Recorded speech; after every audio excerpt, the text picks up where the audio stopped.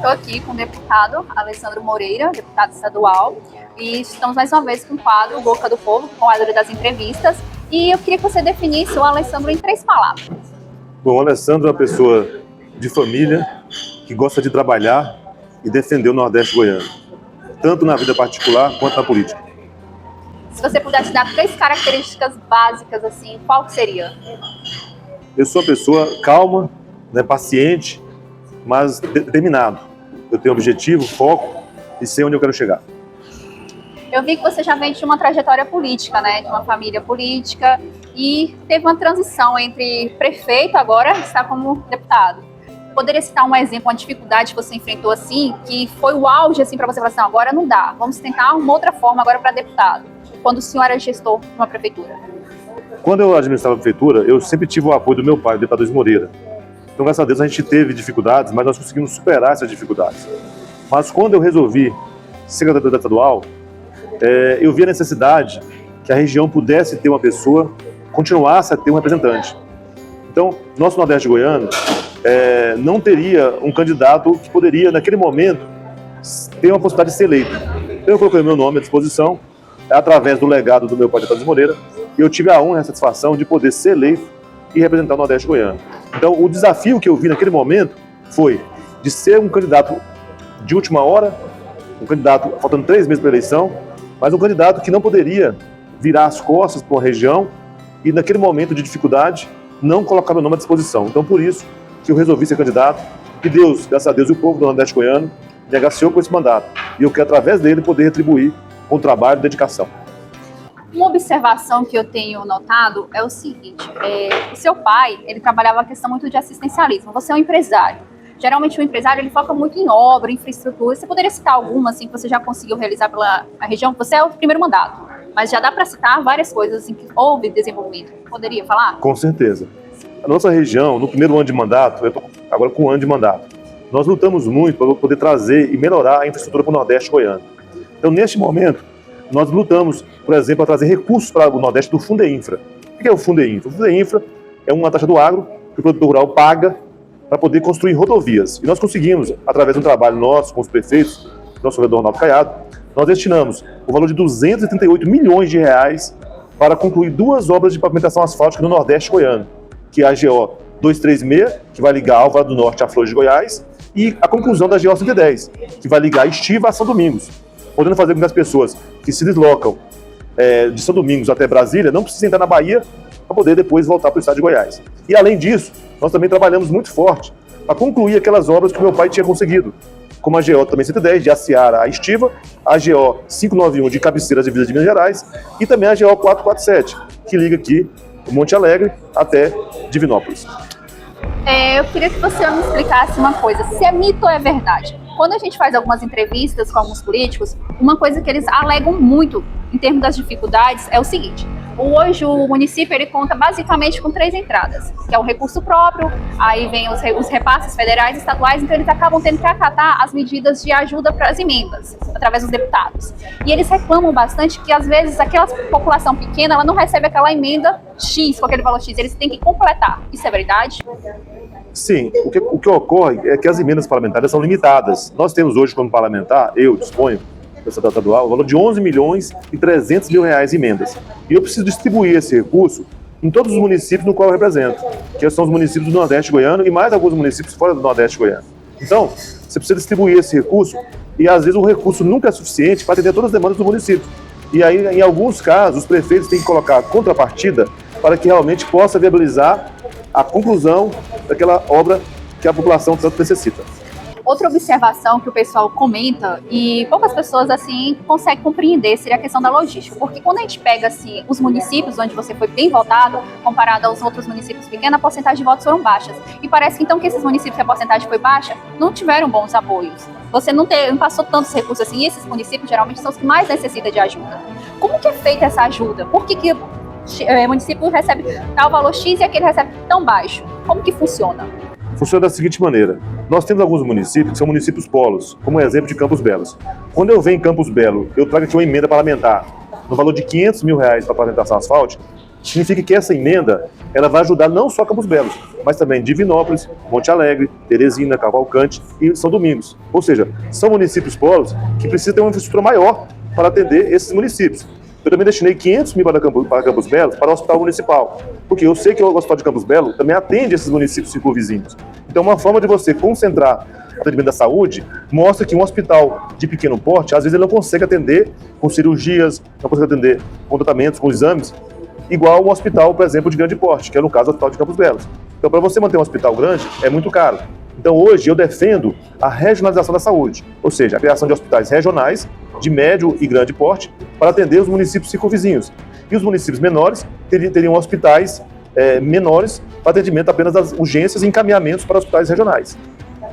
Deixa eu ver se eu entendi. Então, assim, é feito em cima de uma logística, numa cidade um pouquinho maior, mas que ela vai conseguir atender aqueles municípios pequenos. Sim, certo. Como, por exemplo, uma policlínica. A policlínica de Campos Belos, que nós estamos lutando para poder fazer aqui em Campos Belos, ela não é só para Campos Belos. É a policlínica atender todo o Nordeste goiano. Inclusive, os municípios circunvizinhos, aquelas pessoas mais carentes, que não têm condições de deslocar até Formosa ou até Goiânia, ele vai poder sair mais próximo até Campos Belos e aqui ter esse atendimento. Um exemplo, o IF. Nós temos aqui em Campos Belos o IF. Ele atende as pessoas de toda a região, que se deslocam diariamente para Campos Belos. Então, é muito melhor você sair de Monte Alegre e ir para Campos Belos, percorrendo onde você é pequeno todo dia, do que você ir para Goiânia com 600 km de distância. Então, por isso que é importante, dentro do desenvolvimento regional, você ter municípios polos que vai atender essas demandas. Tá, você falou logo no início, o senhor já falou, a respeito do valor X que o senhor recebe para poder investir em cada local.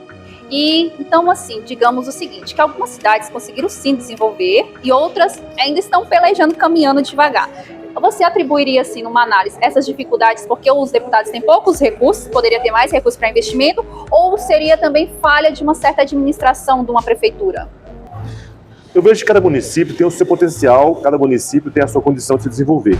Acontece que, por questões de logística e de localização, alguns municípios já têm um tempo maior de existência, são municípios mais consolidados, às vezes tem atividade pecuária, atividade agrícola mais avançada, então eles têm pessoas ali e eles se desenvolveram mais. Como é o exemplo de Campos Belos e Poços, que tem uma população de 20 mil habitantes. Campos Belos e Poços com 35 mil habitantes. Então, são municípios que, com o tempo, as pessoas buscaram esse município, até pela posição logística que eles estão na nossa região. Mas isso não quer dizer que outros municípios também não possam buscar alternativas, como, por exemplo, o município de Cavalcante buscar o turismo, Alto Paraíso buscar o turismo. Então, são outras formas de desenvolver. Às vezes, o desenvolvimento nem sempre vem com o aumento da população. Ele vem com os prefeitos.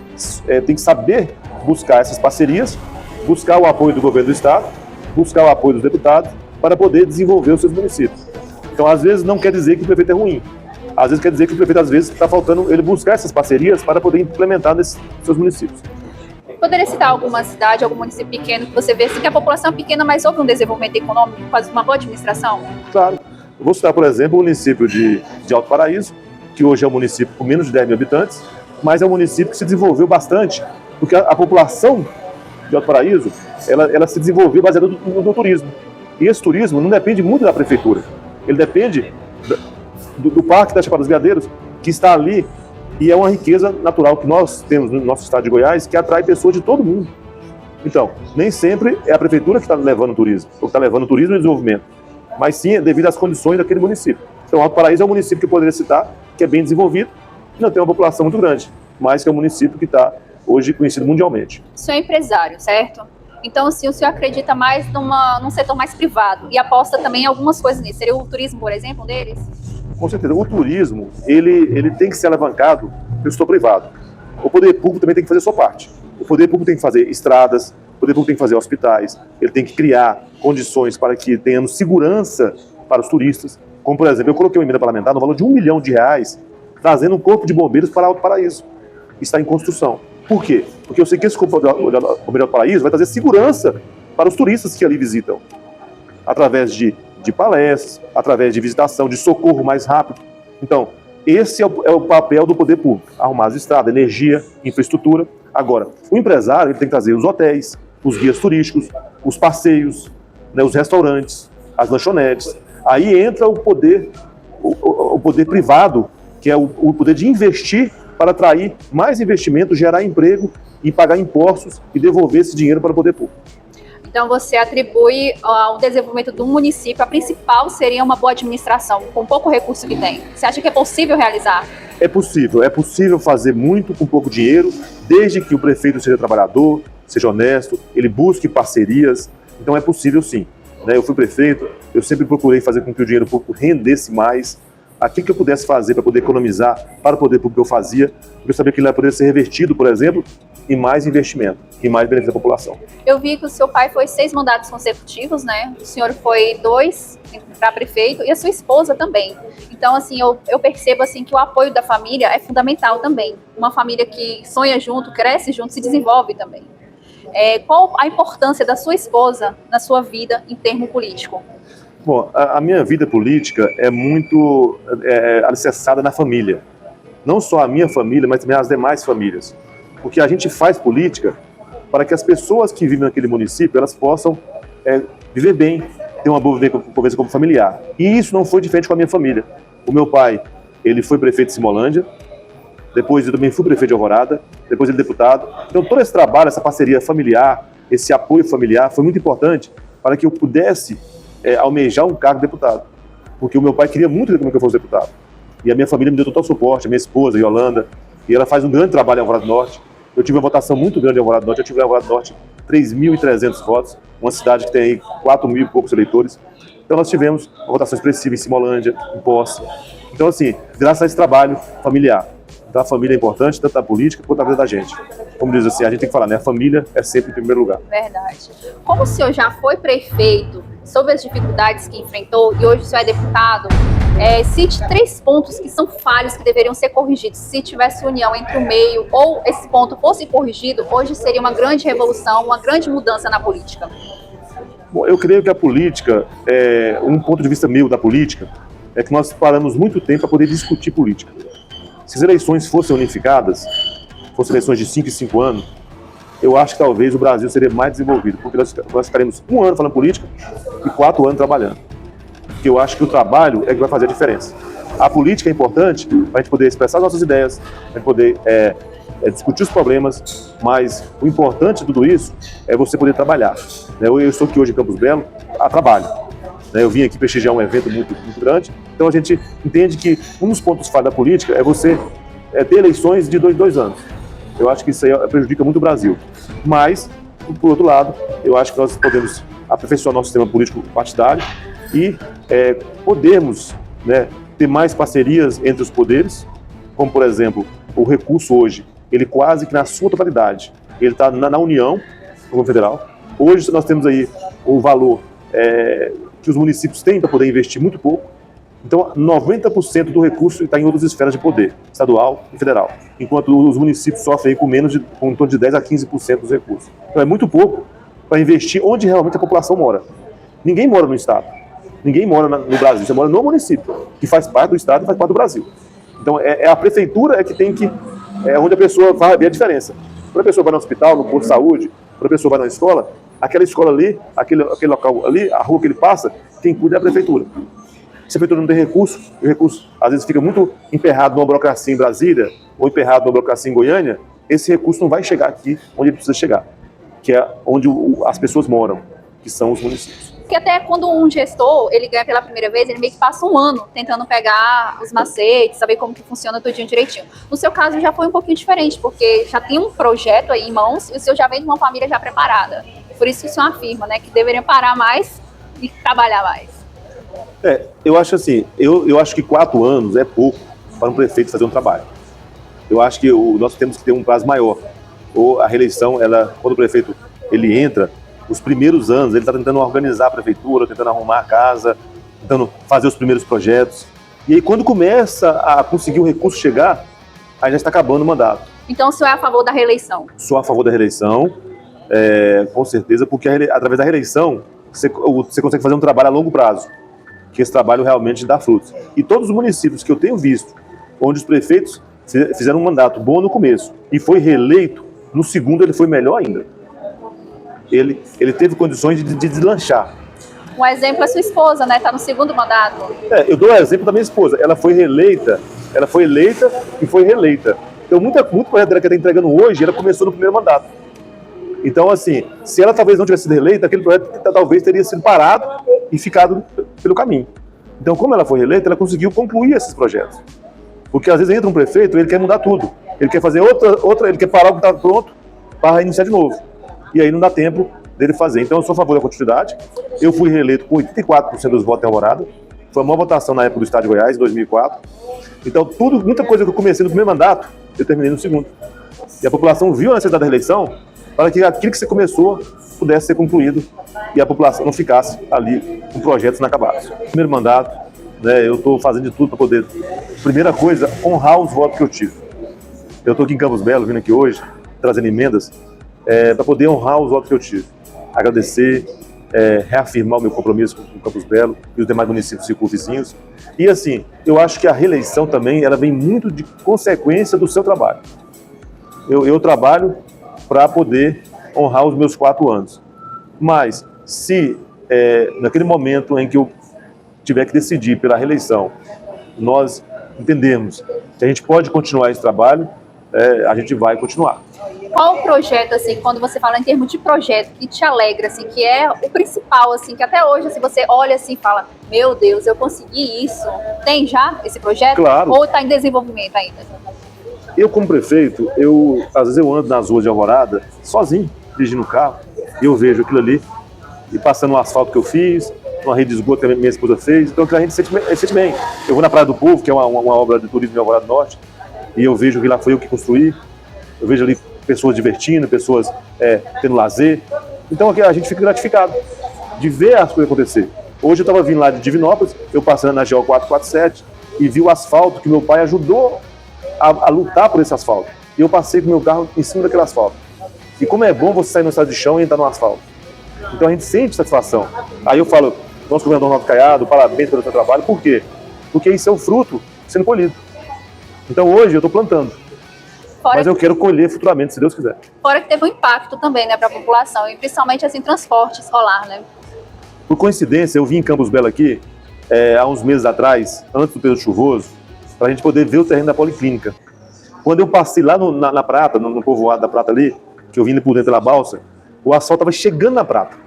E eu pude ver na população daquele município a alegria estampada no rosto deles. Como eles estavam alegres de ver o asfalto chegando ali. Então aquilo ali gratifica a gente, de você ver uma realidade que vai melhorar a vida das pessoas. Né? Ali, o transporte escolar vai melhorar, a saúde vai melhorar, o produtor rural que ele vai buscar um gado vai melhorar. Então assim, as pessoas vão ter condições de se deslocar para poder fazer um exame. Então isso é importante. Você dá condições para as pessoas para poder progredir. E o poder público tem essa função. E eu estou lutando para isso. Vou cobrar nosso governador Caiado, ele tem respondido, ele tem feito um trabalho excelente. Nossa primeira-dama Gracinha Caiado, que ela tem um carinho muito especial pelo Nordeste goiano. É a primeira-dama presente, trabalhadora, junto com o nosso governador. E eu também estou aqui para poder somar com os prefeitos, com os vereadores, para poder trazer para cá os recursos e fazer com que a população tenha melhor qualidade de vida. Esse é o nosso objetivo. Poderia falar uma frase ou deixar um recado para os prefeitos dos municípios, porque querendo ou não, vocês têm que agir em união, né, para conseguir algo. Poderia passar esse recado, essa mensagem? Eu queria falar para os prefeitos, você que é prefeito atualmente, né, que está indo para a reeleição, e também aqui está entregando o mandato, eu acho que vocês têm que focar no trabalho. Eu sei que a política é importante, mas é o trabalho que vai fazer a diferença.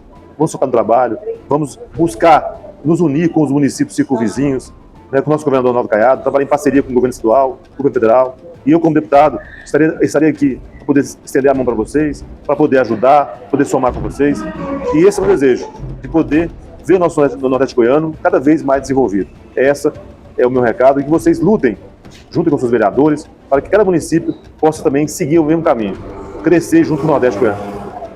Eu gostaria de agradecer e eu queria também já deixar o convite aberto, porque a gente tem um quadro que se chama das perguntas à boca do povo, né? A gente abre uma caixinha de perguntas onde a população ela pergunta. E queria que você pudesse estar respondendo em outra ocasião. Então, muito obrigada e até a próxima. Muito obrigado, gente. Foi um prazer.